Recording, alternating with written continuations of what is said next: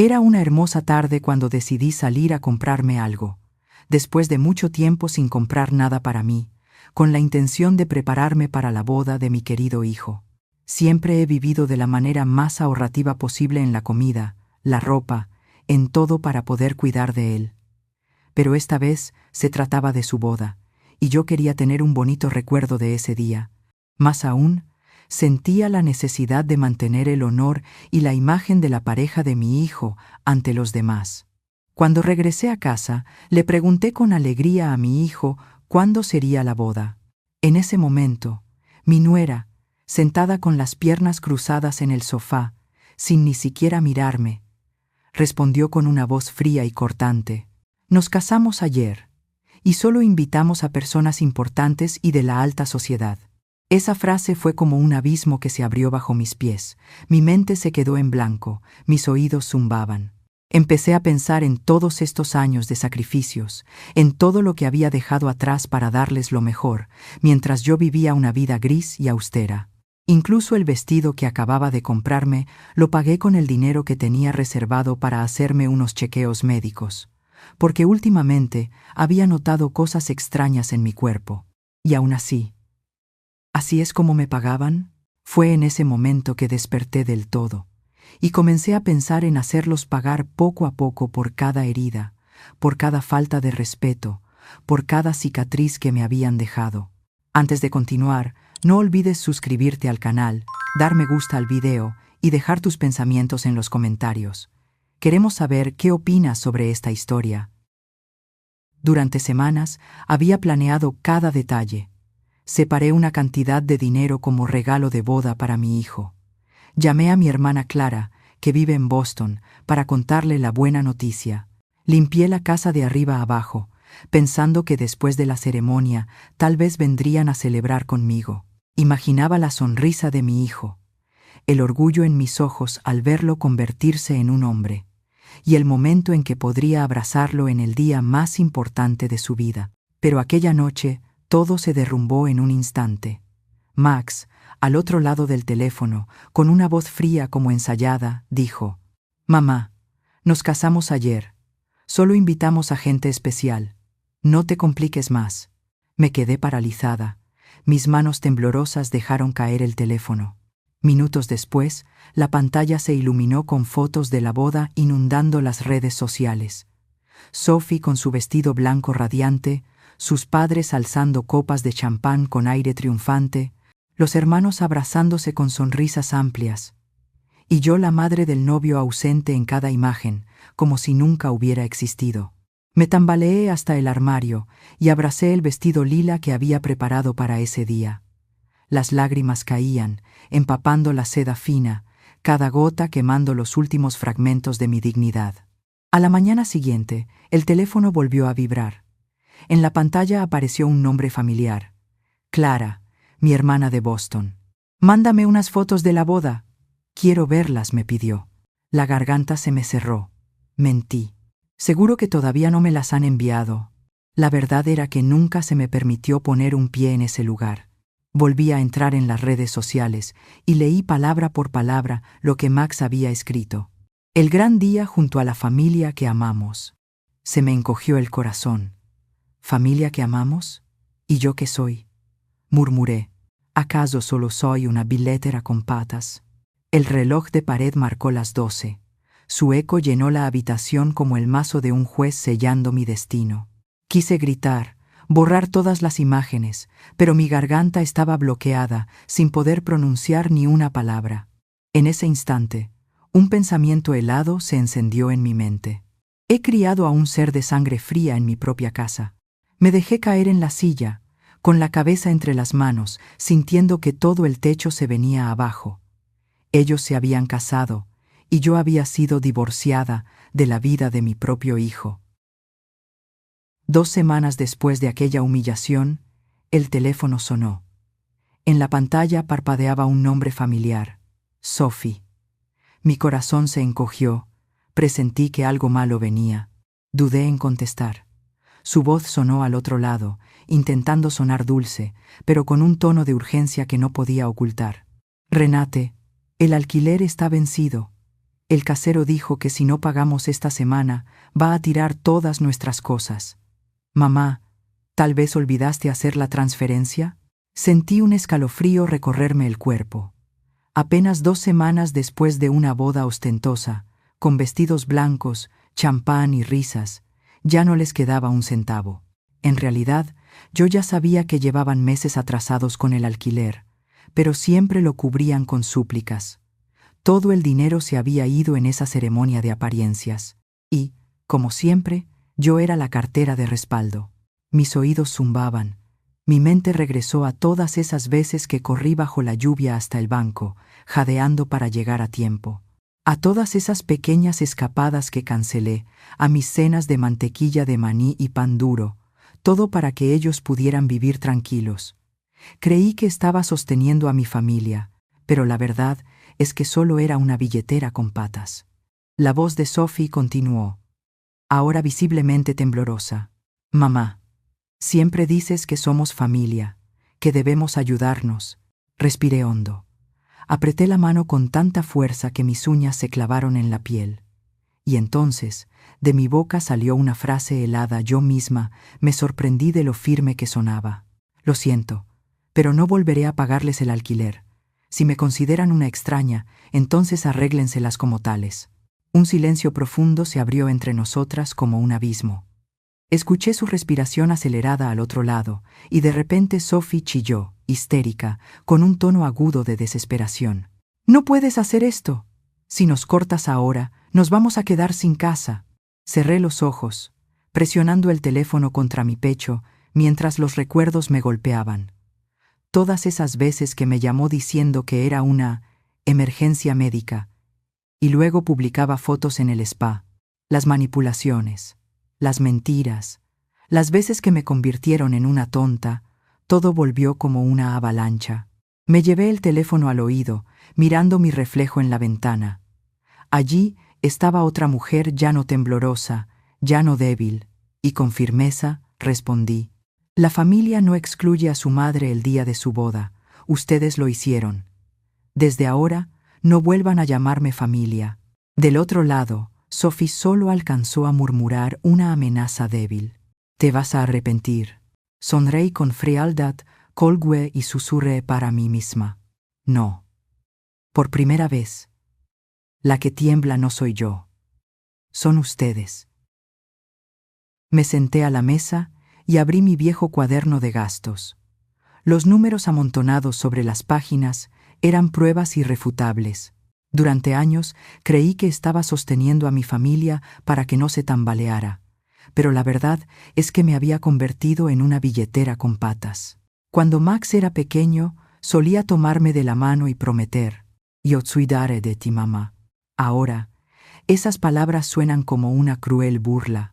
Miré la fila interminable de cifras en rojo, vestido de novia, anillos, luna de miel, alquileres atrasados, y una tras otra, las famosas emergencias. Sumé todo. El número final apareció, helado, indiferente, $46,800. Hubo un momento en que incluso tuve que vender mi anillo de bodas, el único objeto que me quedaba de aquellos días felices junto a mi esposo. Miré el cajón vacío y supe que había ido demasiado lejos. Las lágrimas cayeron sobre la página. Levanté la vista hacia la foto enmarcada de mi esposo, y dentro de mi mente resonó su voz grave y triste. «Renate, criaste a un lobo dentro de tu propia casa». Arrojé el bolígrafo contra la mesa. El sonido seco fue como una puerta que se cerraba de golpe. Me cubrí el rostro con las manos y rompí en llanto. Pero ya no era un llanto débil. Era el llanto de la rabia, de la vergüenza de haber perdido mi dignidad. Esa noche, me senté en la oscuridad, escuchando el viento silbar contra la ventana. Cerré el puño con fuerza y susurré, «Ya basta. Todos estos años ya han sido más que suficientes». A la mañana siguiente, desperté con una sensación diferente. No era el dolor de la noche anterior, sino una capa de hielo cubriendo mi corazón, dándome una claridad como nunca antes. Fui al baño y me miré directamente al espejo. El mismo rostro de siempre, marcado por las arrugas de tantos años de dar sin recibir. pero en mis ojos había algo nuevo. Acero. Brillaban nítidos, ya no nublados por las lágrimas. Me susurré a mí misma. Desde hoy, Renate no volverá a suplicar por amor. Entré a la cocina y me serví una taza de té. El amargor fuerte me mantuvo despierta. Mi mirada se detuvo en el papel pegado al refrigerador, la cifra que había calculado anoche. $46.800. No estaba allí para asustarme, sino para recordarme cuánto me había destruido mi generosidad ciega. En el dormitorio, el vestido lila que había preparado para la boda de mi hijo seguía colgado. Lo doblé con cuidado y lo empujé al fondo del armario. No para usarlo, sino para enterrarlo. El teléfono vibró. En la pantalla apareció el nombre de Max. Antes habría contestado de inmediato, esperando una palabra de afecto. Hoy dejé sonar el teléfono y luego lo puse boca abajo sobre la mesa. Un gesto pequeño, pero para mí fue como dictar una sentencia. El teléfono sonó de nuevo, esta vez era Sophie.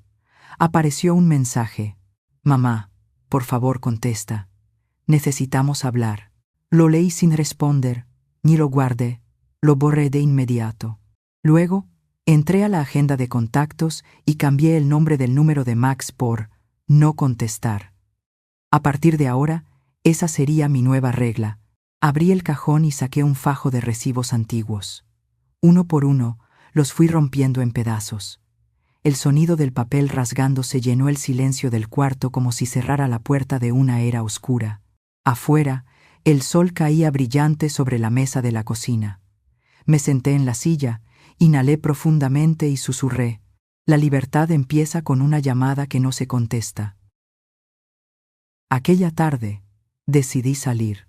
No para correr al banco antes de la hora de cierre, ni para pasar por el supermercado a comprar cosas para otros, y mucho menos para correr a la farmacia a recoger una receta urgente para Sophie.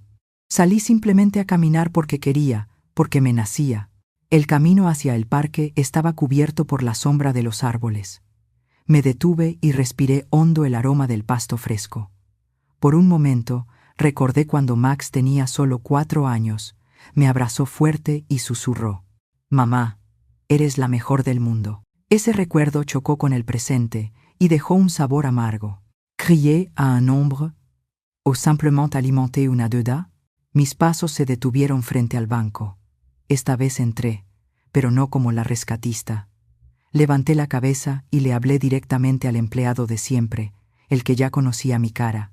«Quiero cancelar todas las transferencias automáticas de inmediato».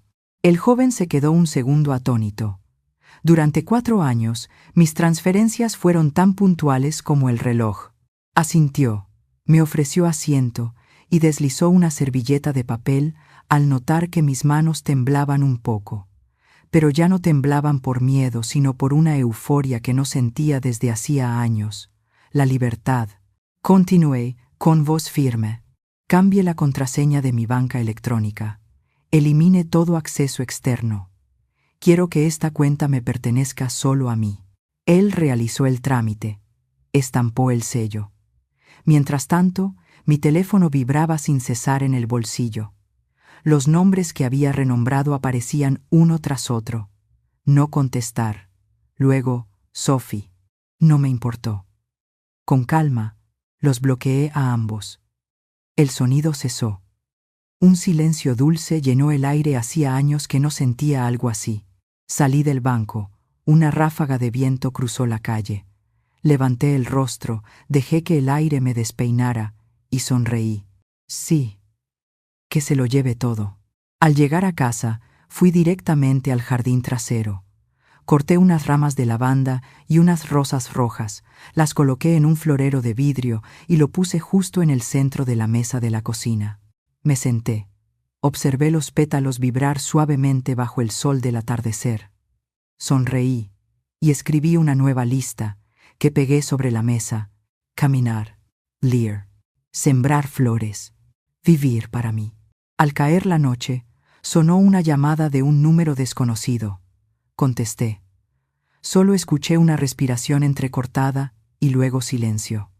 Sonreí, colgué, sin decir ni una palabra. Bajo un cielo que ya había caído en una oscuridad espesa, llamé a un técnico para instalar una cámara con timbre en la entrada, una pequeña barrera, pero necesaria. Sabía que la verdadera confrontación aún me esperaba, pero esta vez estaba lista. Si esto era un campo de batalla, entonces la puerta de mi casa era mi trinchera. A la mañana siguiente, apenas bajé las escaleras desde el dormitorio, me detuve en seco. En la sala, Max estaba encorvado en el sofá, con la cabeza enterrada entre las manos. Sophie iba y venía como un animal enjaulado, inquieta. Y en la mesa del comedor, un hombre desconocido, vestido con un traje negro, hojeaba con total descaro mis documentos personales. Dije con voz firme: entraron a mi casa con una llave vieja, o con pura codicia. Los tres se giraron de golpe, con miradas atónitas, como si la intrusa fuera yo. Sophie forzó una sonrisa, alargando cada palabra con falsa dulzura. Renate, qué bueno que estás aquí. Él es el abogado Kruger. Lo trajimos para hablar sobre tu situación. ¿Mi situación? Solté una risa ronca. Yo estoy perfectamente bien. Los que necesitan ayuda son ustedes. Max levantó la cabeza y murmuró: Mamá, fuimos al banco esta mañana. Nos dijeron que cancelaste todas las transferencias y bloqueaste el acceso. ¿Por qué hiciste eso sin avisar? Nos hiciste quedar mal. Lo miré directo a los ojos y respondí con firmeza: bien. La vergüenza es el primer paso hacia la conciencia. Kruger se acercó, puso un fajo de documentos sobre la mesa y dijo con voz suave: solo tiene que firmar. Así su hijo y su nuera podrán cuidarla. Todo será más sencillo. Le arranqué el paquete de papeles y lo lancé de vuelta a la mesa. Lo único que quieren cuidar es mi cuenta bancaria. Él me ofreció una pluma, sonriendo con cortesía. Yo presioné la punta contra la mesa y declaré: no voy a firmar. Sophie fingió sollozar, con los ojos supuestamente llenos de lágrimas. Mamá, ya estás mayor. ¿Para qué guardar tanto dinero? Nosotros sabríamos usarlo mejor. Le respondí: lo guardo, para no tener que alimentar lobos. Max intervino, con voz débil: solo queremos ayudarte. Es nuestro deber como hijos. Lo interrumpí de inmediato. Su deber es devolverme la dignidad. Los ojos de Sophie se desviaron hacia la caja fuerte en la esquina. Yo lo noté al instante y señalé la puerta con un dedo firme. Fuera. Una sola palabra, pero pesaba como un martillo. Kruger intentó mantener la sonrisa, bajó el tono con un matiz amenazante. Señora Richter, esto no ha terminado. Ellos pueden solicitar a la corte que se le nombre un tutor legal. Le sostuve la mirada con la cabeza en alto. ¿Cómo piensan llamar a esa demanda? ¿Petición por codicia extrema? Max dio un paso hacia mí. Retrocedí uno, saqué el teléfono y puse el dedo sobre el botón de llamada a la policía. Sophie escupió con veneno en la voz. Sin nosotros, ¿qué eres tú? Respondí, palabra por palabra. Soy alguien que acaba de liberarse de ustedes. Desde hoy. Abrí de par en par la puerta y les hice un gesto para que se marcharan. Max gritó con rabia: «Vas a morir sola». Respondí despacio, con voz clara: «Prefiero estar sola en paz que acompañada en humillación». Kruger recogió los papeles. La sonrisa falsa se desvaneció. Sophie golpeó el suelo con los tacones, furiosa.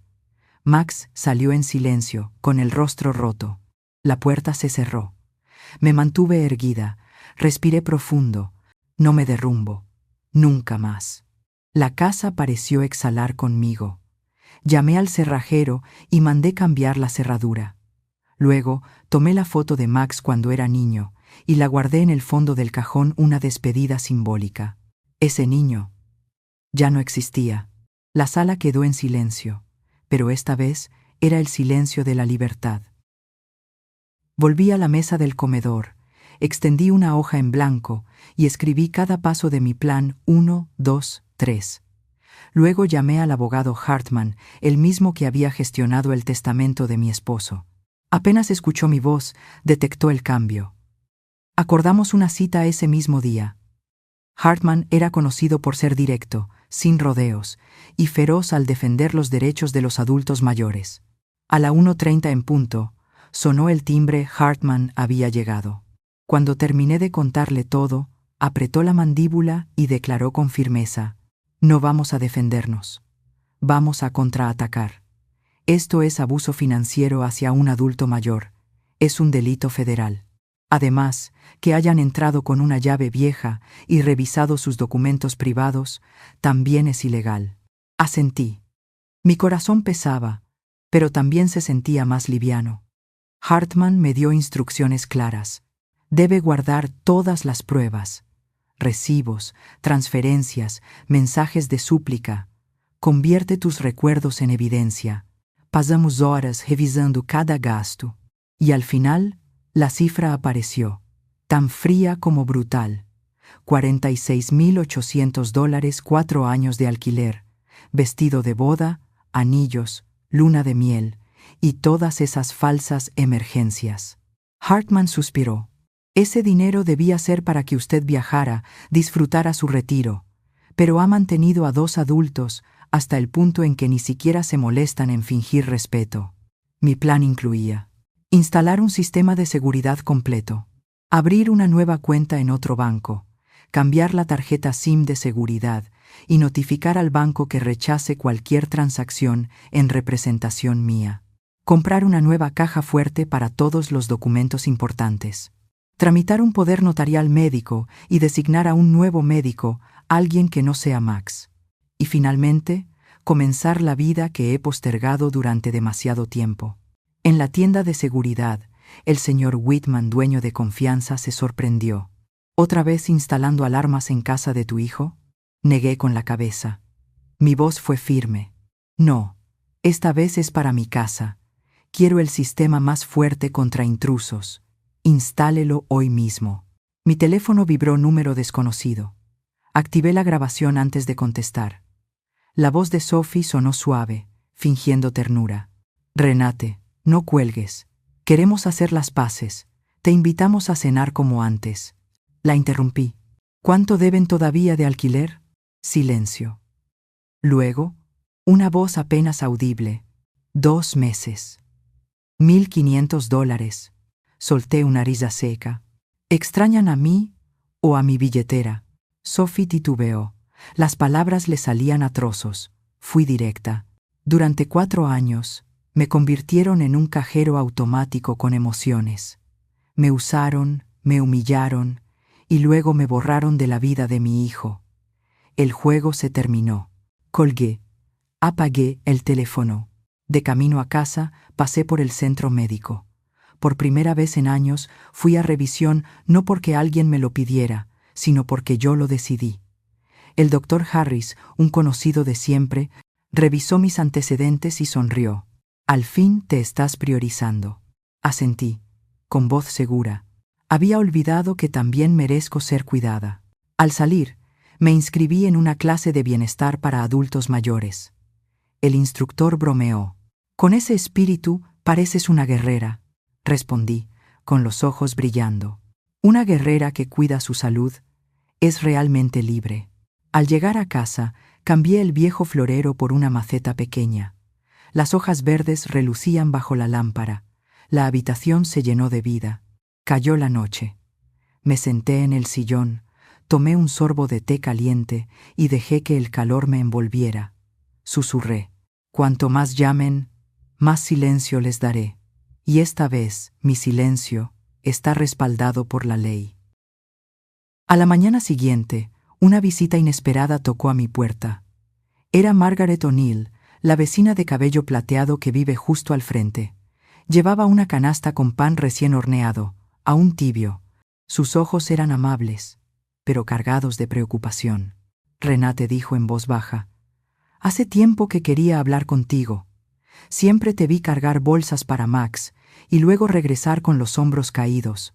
Guardé silencio porque pensé que era un asunto privado, pero nunca dejé de sentirme incómoda. Hoy solo quiero que sepas algo. No estás sola». Me quedé en silencio.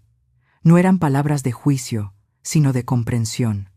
Fueron como una mano extendida, justo cuando más la necesitaba. Ya no tenía que preguntarme si estaba exagerando mi dolor. Tenía testigos. Tenía verdad. En ese momento, llegó el abogado Hartman con una carpeta de documentos. Colocó una hoja ante mí, marcada con un sello rojo. Esta es una orden de restricción temporal de 15 días, que pronto se convertirá en permanente. Desde este momento, Max y su esposa no pueden acercarse a su casa ni contactarla directamente. Si lo hacen, la policía actuará de inmediato. Antes de que pudiera respirar aliviada, el teléfono sonó. Activé el altavoz. La voz de Sophie se escuchó, inusualmente suave. «Renate, ¿de verdad quieres llevar esto a los tribunales? Max está destrozado. Esto es un asunto familiar si se hace público. ¿Tu reputación también podría verse afectada?» Sonreí con frialdad. Mi reputación no depende de una cuenta bancaria ni de palabras dulces. Está en el hecho de que tuve el valor de cortar con quienes me usaron. Sophie gritó. «¿Te atreves a hacerle esto a tu propio hijo?» Hartman intervino, con voz serena pero firme. «Señora Sophie, a partir de ahora, toda comunicación deberá pasar por mi oficina. Si vuelve a llamar directamente a la señora Richter, enfrentará cargos por violar la orden judicial». La llamada se cortó de inmediato. Me quedé sentada, el corazón latiendo con fuerza. Margaret colocó su mano cálida sobre mi hombro y me dijo con firmeza: «Renate, ya no estás sola. Si hace falta, todo el vecindario testificará a tu favor». Las lágrimas rodaron por mis mejillas. No eran de dolor, sino de alivio. Por primera vez, ya no era la mujer solitaria en esta batalla. Tenía aliados, tenía la ley y tenía la verdad de mi lado. Afuera, el viento levantaba hojas doradas. Susurré para mí misma: «Este lugar ya no es una prisión. Ahora es mi fortaleza». Después de la orden de alejamiento, pensé que todo había terminado. Los días pasaban en paz.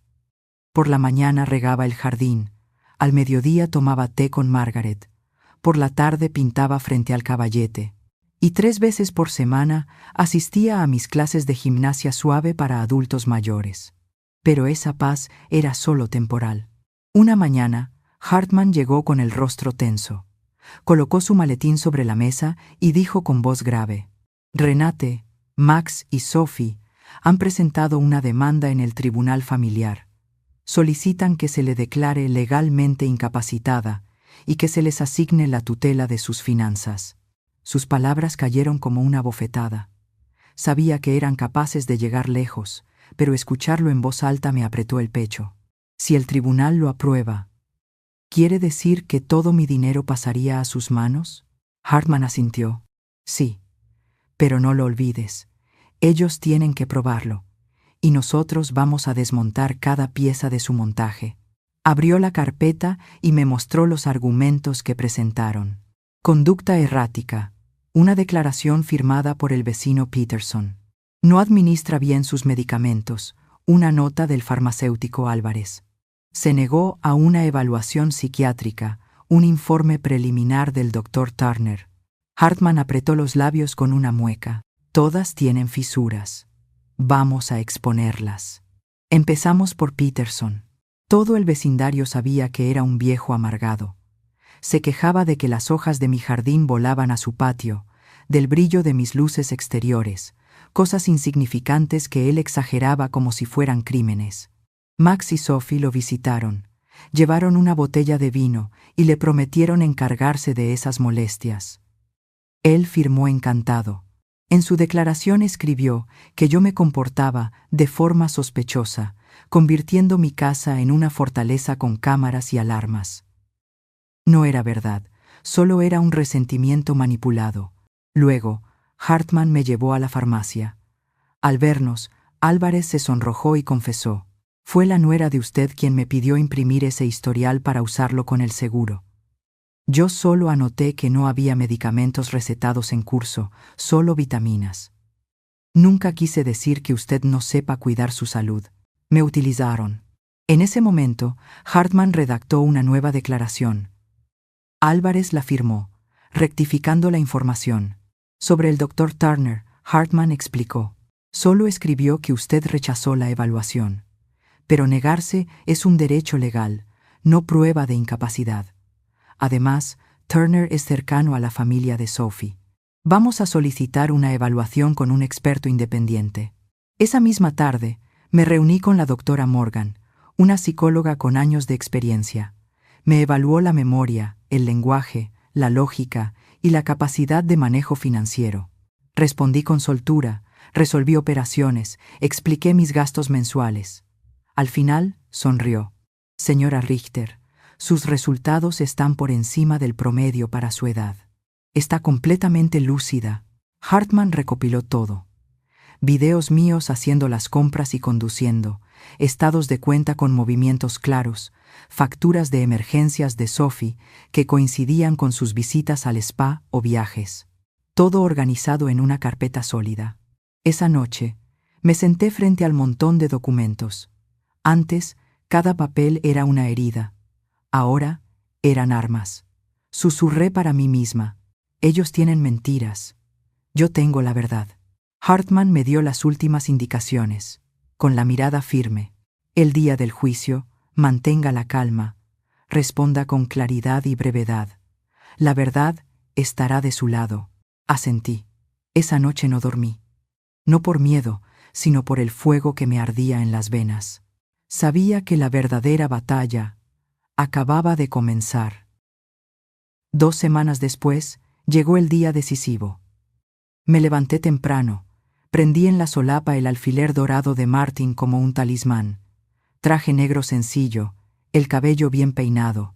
La mujer en el espejo ya no temblaba. Hartman llegó, abrió su carpeta repleta de documentos y dijo con voz firme: «Recuerde esto, Renate. La carga de la prueba es de ellos. Nosotros solo debemos demostrar que usted es capaz». El juicio comenzó. La sala tenía paneles de madera oscura, con una luz sobria y solemne. El juez Collins, famoso por su dureza en casos de abuso financiero contra adultos mayores, golpeó con el mazo. «Comencemos».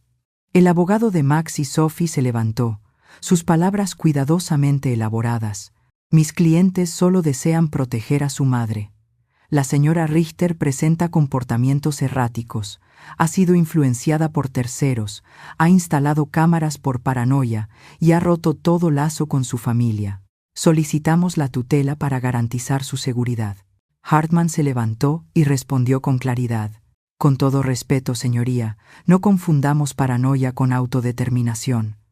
Cortar el apoyo económico no es incapacidad, es establecer límites».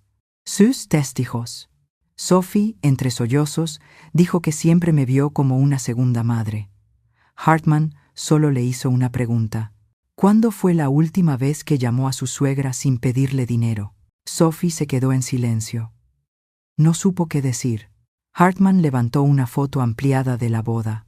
En esta fiesta con más de 60 invitados, ¿dónde estaba la madre del novio? Sophie murmuró. La frase «solo invitados especiales» fue malinterpretada. Hartman la interrumpió.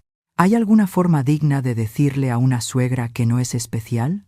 Sophie agachó la cabeza. Silencio. Max subió al estrado, la voz temblorosa, intentando parecer tranquilo. Mi madre cambió. Dejó de enviarnos dinero. Nos hizo quedar mal. Hartman abrió el cuaderno de gastos y fue directo. En 4 años, ¿cuánto dinero le transfirió su madre? No lo recuerdo. $46,800. ¿Lo confirma? Sí. ¿Cuántas veces la visitó sin pedirle dinero? La sala quedó muda. Max no respondió. Hartman cerró con firmeza. Tiene 32 años. Espera que su madre de 67 pague su alquiler. Dígame, señoría, ¿quién es realmente el inestable aquí? El vecino Peterson declaró que yo convertí la casa en una fortaleza, con cámaras y extraños entrando y saliendo. Hartman preguntó: ¿Ha hablado directamente con mi clienta alguna vez? No. I know. ¿Motivo para firmar la declaración? Me molestaba que sus hojas volaran a mi jardín. Hartman miró al juez. Esto no es evidencia. Es una queja personal disfrazada. El doctor Turner mencionó que yo me negué a una evaluación insinuando incapacidad. Hartman presentó a la doctora Morgan, quien expuso: la señora Richter obtuvo resultados por encima del promedio para su edad. Su memoria, lógica y capacidad financiera están intactas. Esto no es deterioro. Es el caso clásico de una mujer mayor defendiéndose del abuso. Nuestros testigos. El farmacéutico Álvarez, sincero, admitió: Sophie me pidió firmar un papel para el seguro. Solo señalé que la señora Richter no tenía medicamentos recetados, solo vitaminas. Nunca quise decir que ella descuidara su salud. Me engañaron. Mi declaración. Subí al estrado. Miré al frente, mi voz firme. Hubo un tiempo en que creí que podía comprar amor, pero solo compré mentiras. Dejé de enviar dinero no por odio, sino por dignidad. Mi dinero era bienvenido, pero yo no. No me arrepiento de haber parado, solo me arrepiento de haberlo hecho tan tarde. El abogado contrario me desafió. ¿Está siendo manipulada por sus nuevos amigos? Sonreí. Por primera vez en mi vida, tengo relaciones que no vienen con un recibo de transferencia. El juez Collins me hizo algunas preguntas directas. ¿Ingreso mensual de pensión? $2.400. ¿Gastos fijos? 1.050 de renta, 280 de servicios, 190 de seguro. Asintió, con mirada aprobatoria. Tras una breve deliberación, el juez volvió con un tono firme. El tribunal determina que la señora Renate Richter es completamente competente. Sus decisiones financieras son legales. La solicitud de tutela queda rechazada. Los documentos muestran indicios de explotación por parte de los peticionarios. Si persisten, el caso pasará a investigación penal. Zrok, golpeó el mazo. Exhalé. Sentí mi pecho más liviano. Hartman apretó mi mano, sonriendo. Se lo dije, Renate. No vinimos a defendernos. Vinimos a contraatacar y ganamos. Al salir del tribunal, mis pasos eran más livianos que al entrar. Max y Sophie estaban en el pasillo. En sus rostros, la derrota era evidente. Sophie se giró. Sus tacones resonaron como el punto final de un negocio fallido. Max me miró fugazmente, con algo de arrepentimiento, pero ya era tarde. No dije nada, solo seguí caminando. Ese capítulo había terminado. Esa noche, por primera vez, mi casa se llenó de risas verdaderas. Margaret O'Neill trajo una tarta de manzana aún caliente. Algunas amigas nuevas del grupo de gimnasia llegaron con vino y velas aromáticas. Brindamos por la justicia, por la libertad y por la dignidad que no se compra con dinero. Comprendí que la alegría no venía solo de haber ganado en los tribunales. Venía de algo más profundo. Había vencido al miedo que llevaba dentro durante años.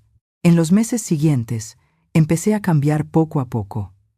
Vendí la casa antigua no para huir, sino para soltar los recuerdos pesados. Me mudé a un departamento pequeño cerca del centro, con un balcón lleno de sol. Planté algunas macetas de geranios. Cada mañana, el aroma suave me recordaba: la paz no se recibe, se construye. Comencé a hacer todas esas cosas que alguna vez postergué. Viajé, me uní a un grupo de voluntariado que cocina para ancianos que viven solos. Silenciosamente, doné parte de mi dinero a un fondo de protección contra el abuso financiero a personas mayores. No necesitaba que nadie supiera mi nombre, solo deseaba que otros también tuvieran la oportunidad de liberarse, como yo lo hice. El primer día que me senté frente al caballete en mi nuevo hogar, pinté un vestido lila ondeando en el viento. Aquel vestido que nunca pude usar en la boda de mi hijo. Ahora ya no era una marca de humillación, era un símbolo de libertad. Tiempo después, supe que Max y Sophie se mudaron a un apartamento más pequeño y que Sophie empezó a trabajar por primera vez. No sentí alegría ni rencor, solo serenidad. Las lecciones más duras siempre dejan cicatrices, y ahora, ellos tendrían que pagar el precio de sus propias decisiones. Cuando cae la noche, me siento en el balcón y miro el cielo lleno de estrellas. Ya no me pregunto, ¿por qué mi hijo hizo eso? Solo susurro, todavía tengo tiempo, y a partir de ahora lo usaré para mí. Una noche, Clara me llamó desde Boston. Su voz era cálida, llena de orgullo. Hermana, estoy tan orgullosa de ti. Has salido de la sombra que tú misma creaste. Sonreí, cerré las cortinas y dormí sin pesadillas. Finalmente entendí. A quien necesitaba vencer nunca fue a Max ni a Sophie. Era a mi propia fragilidad, y esta vez gané. Si esta historia tocó tu corazón, por favor, compártela. Tal vez, en algún lugar, hay una madre, un padre, un abuelo o una abuela soportando en silencio, y solo necesitan escuchar estas palabras para saber que no están solos. Y tú, si estuvieras en mi lugar excluido de la boda de tu propio hijo, tratado como un cajero automático con piernas, ¿seguirías soportando en nombre de los lazos de sangre o te levantarías para defender tu dignidad? Déjame tu comentario, aunque sea solo una línea. Quiero de verdad conocer tu respuesta. No olvides darle like si crees que este mensaje importa, y suscribirte para no perderte la próxima serie. Aprender a decir no, donde identificaremos las señales tempranas del abuso financiero dentro de la familia para que nadie más tenga que pagar el precio demasiado tarde. Aquí creemos en una verdad. El amor verdadero no necesita dinero, pero el respeto siempre necesita límites. Y a ti, te dejo con estas palabras. Nos vemos cuando tú también estés listo para elegirte a ti mismo.